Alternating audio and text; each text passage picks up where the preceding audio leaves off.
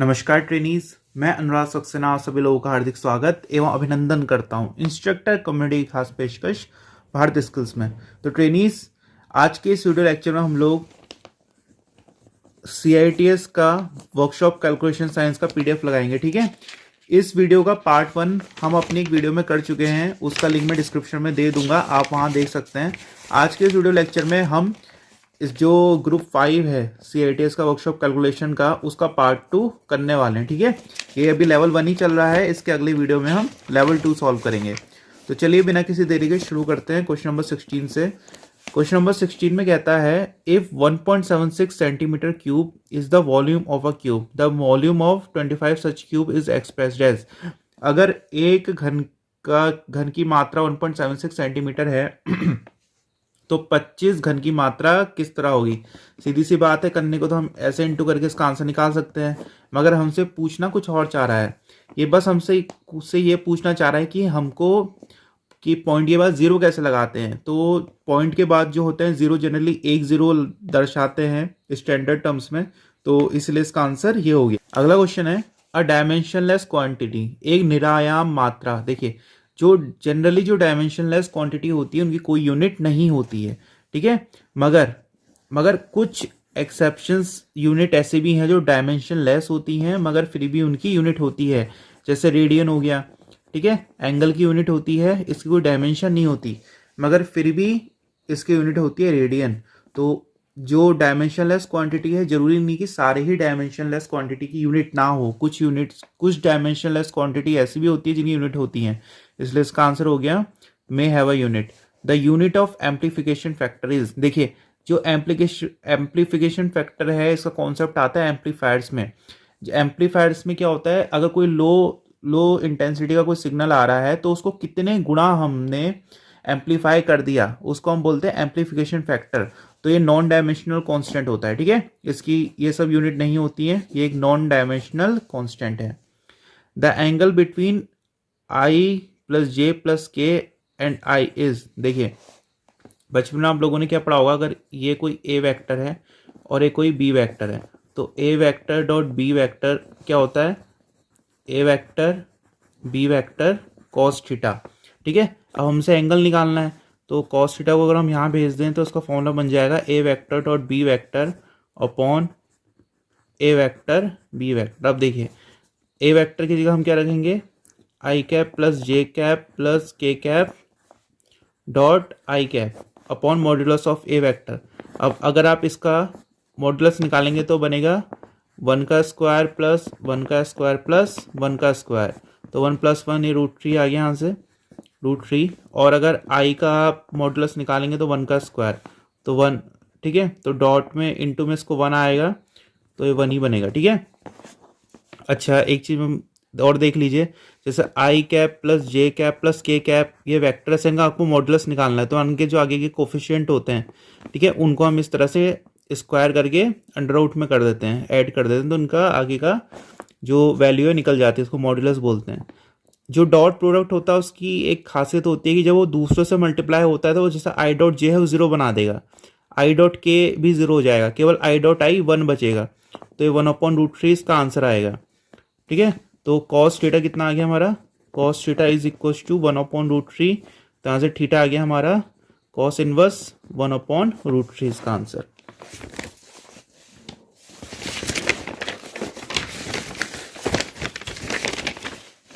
तो इसका आंसर हो गया। अगला क्वेश्चन है the power factor of pure inductive circuit. देखिए जो प्योर इंडक्टिव सर्किट होती है उसका पावर फैक्टर 0 होता है।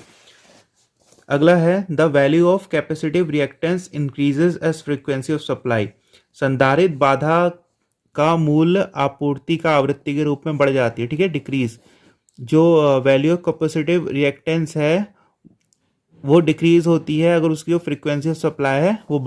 अगला क्वेश्चन है find the increase in price of a single piece of design when craft design price is increase by 45% which makes a buyer to buy a design less for ₹500। देखिए पहले मान लीजिए कोई commodity रही होगी। ठीक है, मान लीजिए इस कमोडिटी को आप पहले 500 रुपए देके इसके 100 पीसेस आप खरीद सकते थे। अब क्या हुआ, इस कमोडिटी की जो है इसकी जो कॉस्ट है वो बढ़ गई, कितनी बढ़ी 45%। उससे क्या हुआ, अब आप इसके 500 रुपये दे के इसके आप 92 पीसी खरीद पा रहे हैं। तो आपसे पूछा है कि जो इसका प्राइस है वो कितना बड़ा है। ठीक है, अब इसी को हम क्या है इस क्वेश्चन में सॉल्व करने का प्रयत्न करेंगे।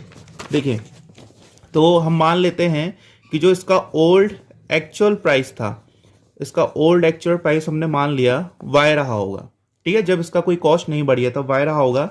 तब आप इसमें ₹500 में कितने पीसेस खरीद सकते थे, इससे आप खरीद सकते थे 500 अपॉन वाई। अगर एक का प्राइस वाई है और 500 रुपये खरीदने तो 500 अपॉन वाई खरीद लेते। अब क्या हुआ, इसका प्राइस बढ़ गया तो उसका न्यू प्राइस कितना आएगा, न्यू प्राइस इसका आएगा वाई प्लस 45% ऑफ वाई, क्योंकि इससे 45% की बढ़ोतरी हुई है तो ये हो जाएगा 1.45 ऑफ वाई। ठीक है, अब आप ₹500 कितना खरीद पाएंगे जब इसकी कॉस्ट बढ़ गई है। अब इसके पीसेस आएंगे 500 अपॉन 1.45 ऑफ वाई। देखिए, अब क्वेश्चन में क्या कहता है, 500 upon y minus 500 upon 1.45 of y, ये 8 के बराबर होना चाहिए। पहले आप उससे इतना खरीद पा रहे थे, अब इतना खरीद रहे हैं और दोनों का अंतर कितना दिया 8, makes a buy to buy 8 design less. अब देखिए, अब इसको सॉल्व करना है, आंसर आपके पास होगा। तो ये बन जाएगा 500 इंटू 1.45 माइनस 500 इक्वल्स टू 8। ठीक है, सॉल्व करते हैं। 5 5 जा 25, 5 4 जा 22, 7 माइनस 500 इक्वल्स टू, ये इससे इंटू होगा तो बनेगा 8 इंटू 1.45 वाई। ठीक है, यहाँ से करेंगे कितना आएगा 225 इक्वल्स टू 8 5 जा 40, 8 4 जा 32 प्लस 4,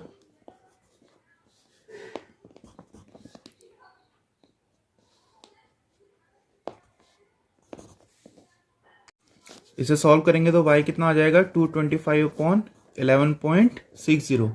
ठीक है, इसे सॉल्व करेंगे कितना आएगा 19.39। अब देखिए, अब ये तो हो गया हमारा ओल्ड प्राइस, तो हमारा ओल्ड प्राइस कितना आ गया, तो हमारा न्यू प्राइस कितना आ जाएगा, जब हम उसको 1.45 से इंटू कर देंगे तो न्यू प्राइस हमारा कितना आ गया 1.45 इंटू 19.39। इसे सॉल्व करेंगे कितना आएगा 28.125। ठीक है, तो ये इसका आंसर हो गया। तो जो हमारा न्यू प्राइस है कितना आ गया 28.125। अगला क्वेश्चन है, find the momentum of the car having mass 150 kg sliding down on a ramp at 30 metre पर सेकेंड। देखिए, हमसे क्या है संवेग निकालना हमने। ठीक है, कार का संवेग ज्ञात करें जिसका द्रव्यमान हमको दिया है और उसकी वेलोसिटी हमको दी है। तो हमको पता है संवेग का फॉर्मूला क्या होता है, P equals to m into v होता है। तो मास कितना है हमारा 150 kg है और वेलोसिटी कितनी है 30 मीटर पर सेकेंड। तो 3 5 जा 15, 3 जा 3 4, तो 4500 किलोग्राम मीटर पर सेकेंड इसका आंसर आ गया। अगले क्वेश्चन में पूछता है, find gravitational force of a bus having mass 2500 kg which drives through a curve road with radius 100 metre at speed 40 kilometre पर आवर। ठीक है, 250 किलोग्राम भार वाली एक बस का गुरुत्वाकर्षण बल ज्ञात करें जो 40 किलोमीटर प्रति आवर की गति से 100 मीटर त्रिज्या के साथ वक्र सड़क से गुजरती है। देखिए, कंफ्यूज करने के लिए इतना बड़ा क्वेश्चन बनाया है, इसका आंसर उतना बड़ा है नहीं।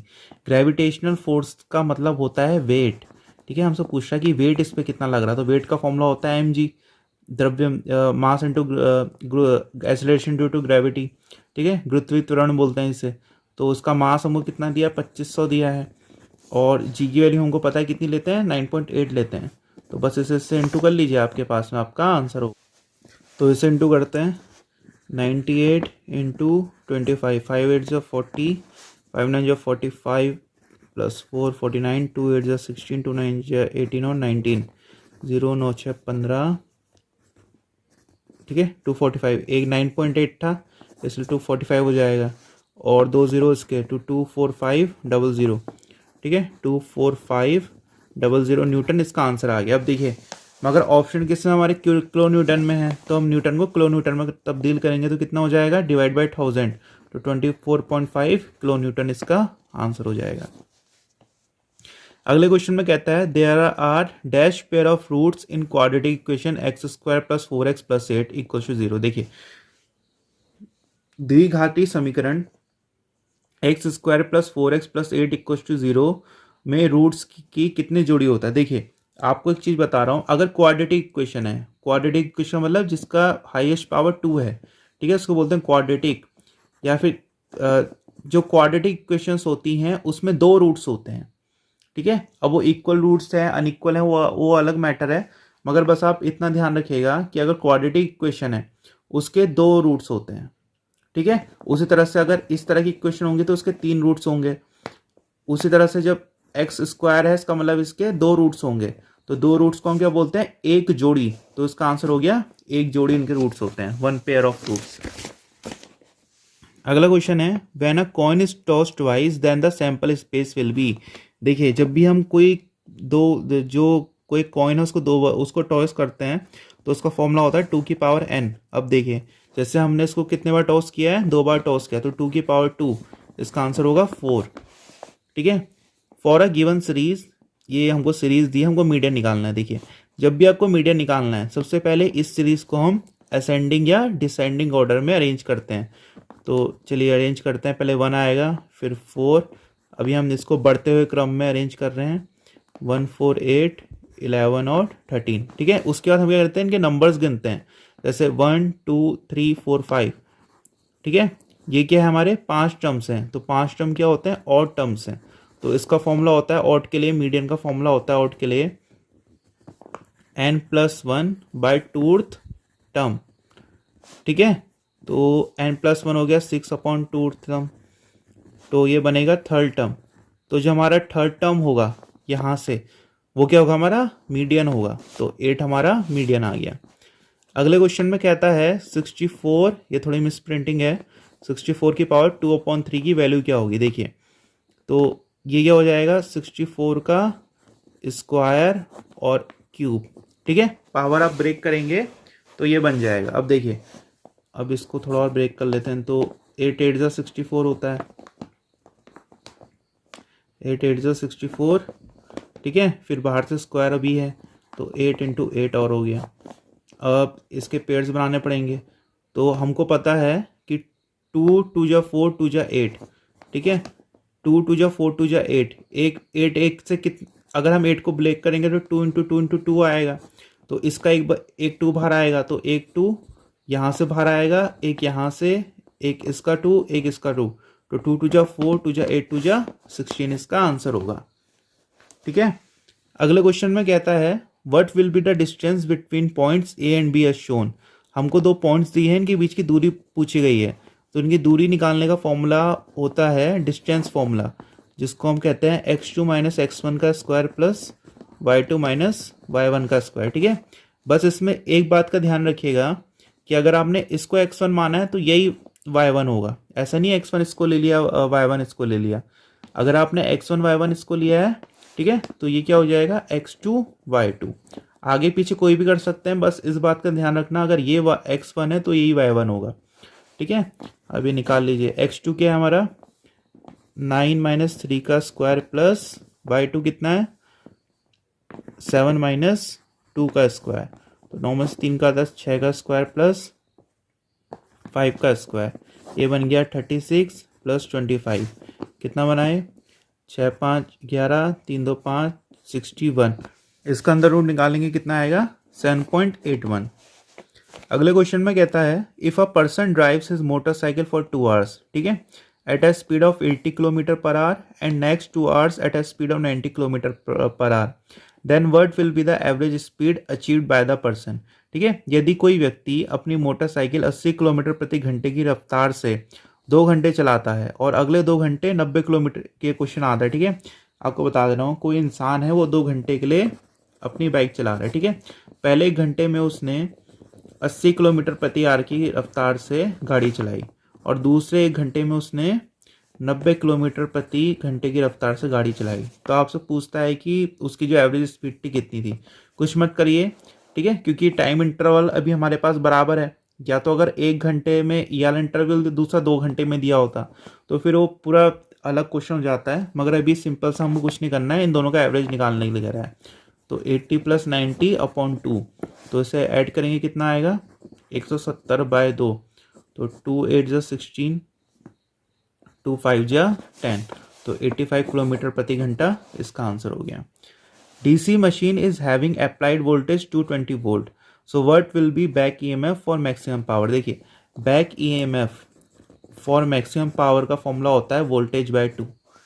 ठीक है, ये स्पेशल केस है कि DC मशीन में लागू किया गया वोल्टेज 220 वोल्ट है, इसलिए अधिकतम पावर के लिए बैक EMF क्या होगा? अधिकतम पावर के लिए बैक EMF का फॉर्मूला होता है वोल्टेज बाय 2। तो वोल्टेज कितनी है? 220 बाय 2, तो 110 वोल्ट इसका आंसर हो गया।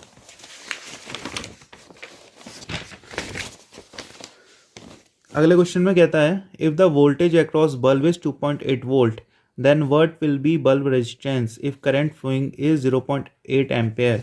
यदि बल्ब में वोल्टेज 2.8 वोल्ट है, 0.8 एम्पेयर विद्युत प्रवाह बहने पर बल्ब का प्रतिरोध क्या होगा? सीधा सा ओम्स लॉ का क्वेश्चन है।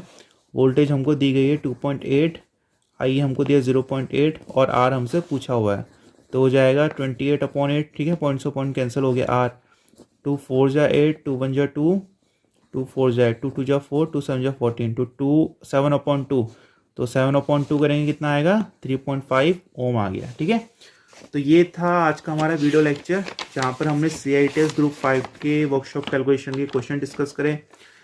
इसका पार्ट 1 हम पहले डिस्कस कर चुके हैं, उसका लिंक मैं डिस्क्रिप्शन में दे दूंगा। अगर आपको हमारी वीडियो पसंद आई हो और आपको हमारा काम पसंद आ रहा है तो हमारी वीडियो को लाइक कर सकते हैं, हमारे चैनल को सब्सक्राइब कर सकते हैं।